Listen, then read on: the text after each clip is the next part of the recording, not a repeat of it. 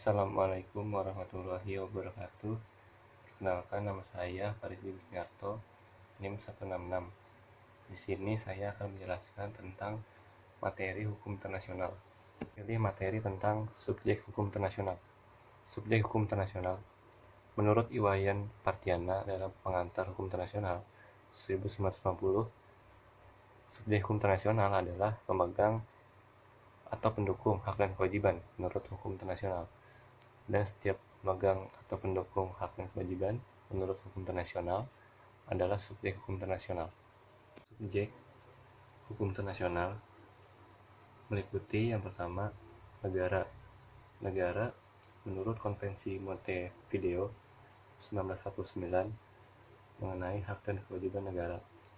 Kualifikasi suatu negara sebagai subjek hukum internasional adalah mempunyai petunduk yang tetap, wilayah tertentu, pemerintahan yang sah, dan kemampuan mengadakan hubungan dengan negara lain.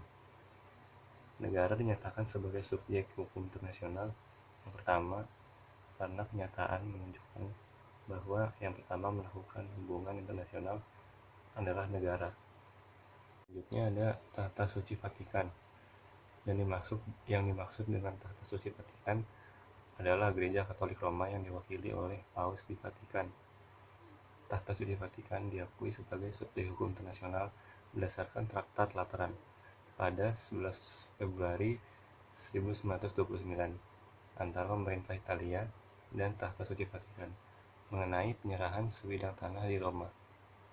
Selanjutnya ada Palang Merah Internasional.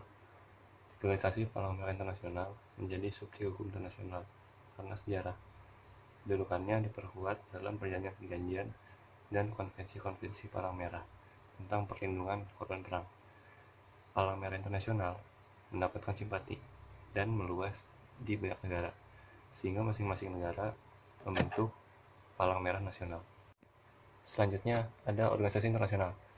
Klasifikasi organisasi internasional adalah organisasi internasional yang memiliki keanggotaan secara global dan dengan maksud dan tujuan yang bersifat umum. Contohnya itu PBB. Yang kedua, organisasi internasional memiliki keanggotaan dengan maksud yang lebih spesifik.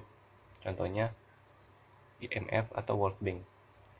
Yang ketiga, organisasi internasional dengan keanggotaan regional dengan maksud yang global. Contohnya ASEAN atau Uni Eropa. Selanjutnya, individu atau orang perorangan. Setiap individu menjadi subjek hukum internasional jika dalam tindakan dan yang dilakukannya memperoleh penilaian positif dan negatif sesuai kehidupan masyarakat dunia.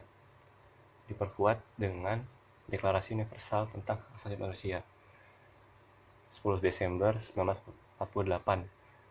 Diikuti beberapa konvensi hak asasi manusia di berbagai kawasan. Selanjutnya adalah organisasi pembebasan atau bangsa yang memperjuangkan haknya, yaitu suatu bangsa yang berjuang memperoleh kemerdekaan melawan negara asing yang menjajahnya. Pertimbangan politik masyarakat internasional lebih dominan dibandingkan aturan hukum internasionalnya.